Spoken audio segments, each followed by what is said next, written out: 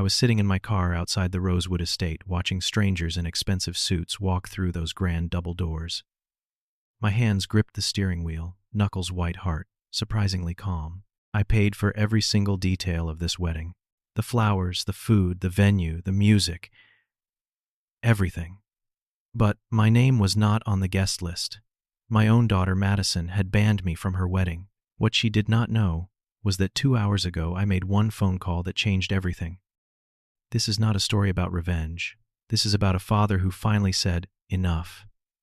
Before I tell you how it all fell apart, I would love to know where you are watching from. Drop your location in the comments, hit that like button, and subscribe because this story gets complicated fast. Let me take you back to where this nightmare began. My marriage to Diane ended 12 years ago when Madison was 12 years old. I came home early from a work site one afternoon and found Diane with her coworker in our bedroom. The image burned into my brain, but I never let Madison see my pain. The divorce was surprisingly civil because I refused to make it ugly. Diane wanted primary custody and I did not fight her. Not because I did not love my daughter, but because I loved her enough to spare her a courtroom battle. I took Madison every other weekend and one weeknight for dinner. I worked as a construction engineer, pulling long hours, but I made sure every child support payment arrived on time. I never once badmouthed Diane in front of Madison. When my daughter asked why we split up, I simply said, sometimes adults grow apart. I wanted her to love her mother without guilt. Those weekends with Madison became sacred to me. We had this tradition every Sunday morning. I would wake up early, and she would stumble into the kitchen in her pajamas, hair messy, eyes still sleepy.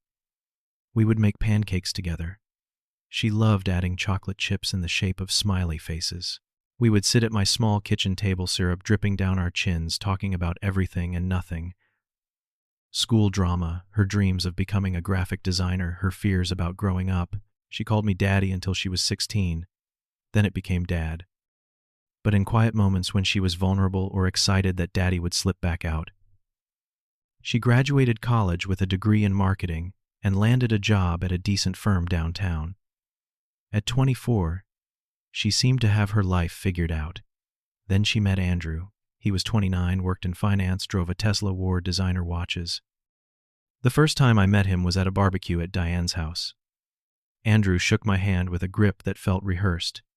His smile was perfect. Too perfect. He spent most of the afternoon talking about his investment portfolio and his family's vacation home in the Hamptons. Something about him felt off to me, like he was performing rather than being genuine. But Madison looked at him like he hung the moon. Her eyes sparkled when she talked about him. Who was I to judge? I wanted my daughter happy. 8 months into their relationship, Andrew proposed. Madison called me, immediately screaming with joy. Daddy, I am getting married. Can you believe it? I forced excitement into my voice, pushed down my reservations, told her I was thrilled for her, because I was, in a way. My baby was starting her own life. 3 weeks later, Madison came to my apartment. She had that look on her face, the one from childhood when she wanted something big. We sat on my worn couch, and she twisted her hands nervously. Daddy, I need to talk to you about the wedding. I smiled, ready for whatever she needed. How much are we talking, sweetheart? She bit her lip, looked away.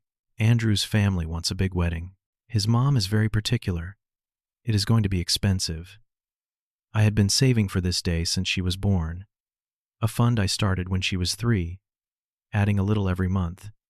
Tell me what you need, I said. She pulled out her phone, showed me a spreadsheet. $75,000. My stomach dropped. That was nearly everything I had saved. But looking at her hopeful face, I could not say no. You are my only daughter. You will only get married once.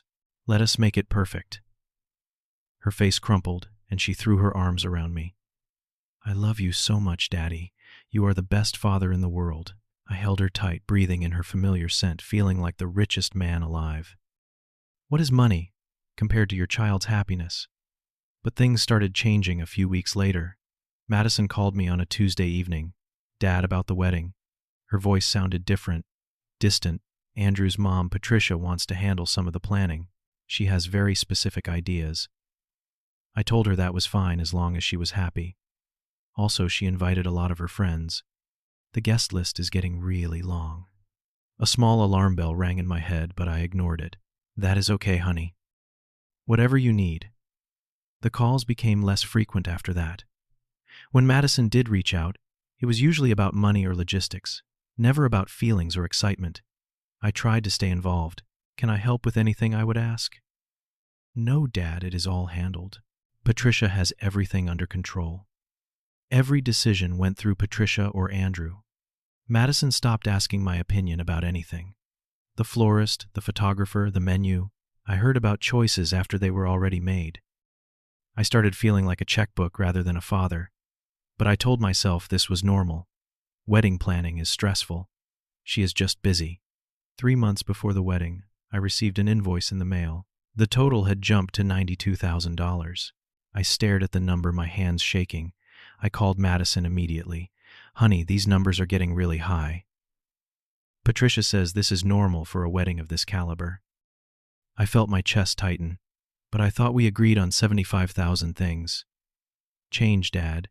Can you cover it or not? The question felt like a slap. Not can you, but will you? Like I was an obstacle, not her father. I swallowed my hurt. I will handle it. There was a pause. Okay, I will tell Patricia. Then she hung up. No, thank you. No, I appreciate you.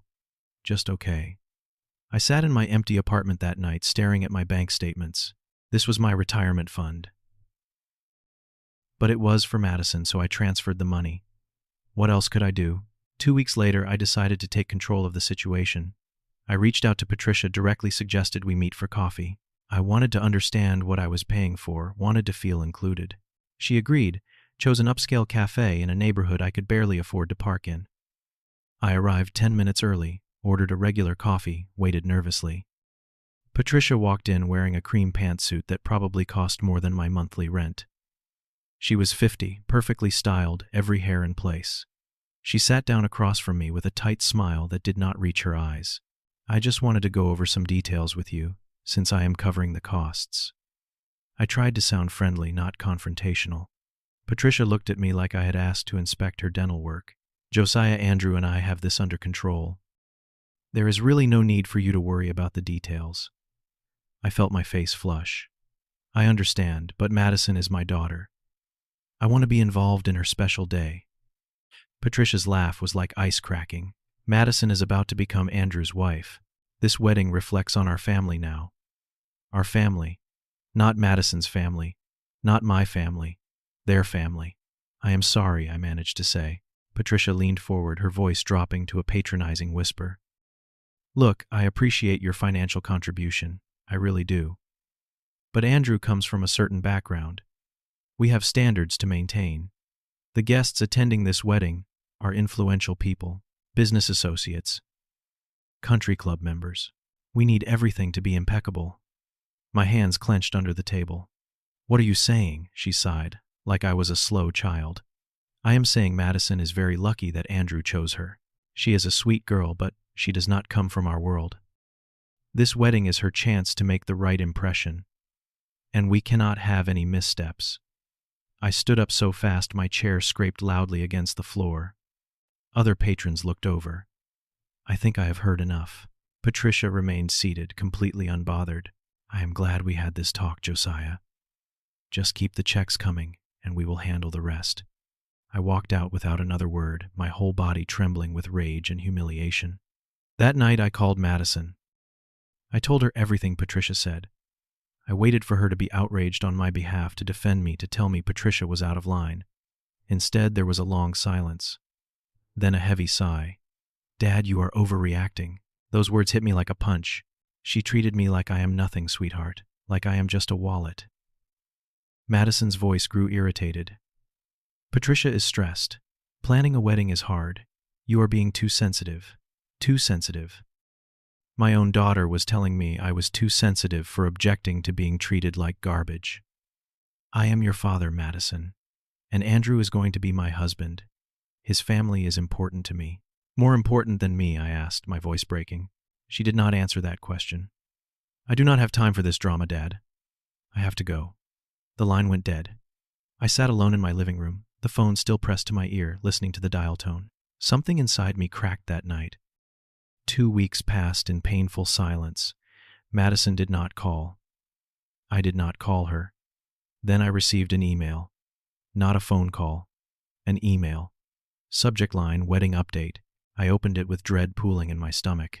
Dad, after talking with Andrew and Patricia, we have decided to keep the wedding intimate. The guest list has been finalized, and unfortunately we cannot accommodate everyone we would like. I hope you understand. I will call you after the honeymoon. Love, Madison. I read it 3 times.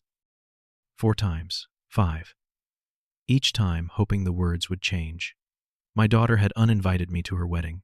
The wedding I was paying for. I called her immediately. Voicemail. I texted Madison. Are you telling me I am not invited to your wedding? 3 hours later, a response came. It is complicated, Dad. Please respect our decision.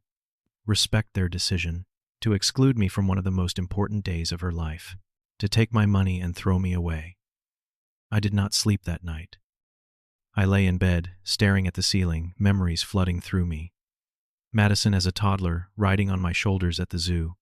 Madison at 8, crying because kids at school were mean, and I held her until the tears stopped. Madison at 16, nervous about her first dance, and I told her she looked beautiful. Madison at 20, graduating college, scanning the crowd until she found my face, her smile bright as the sun.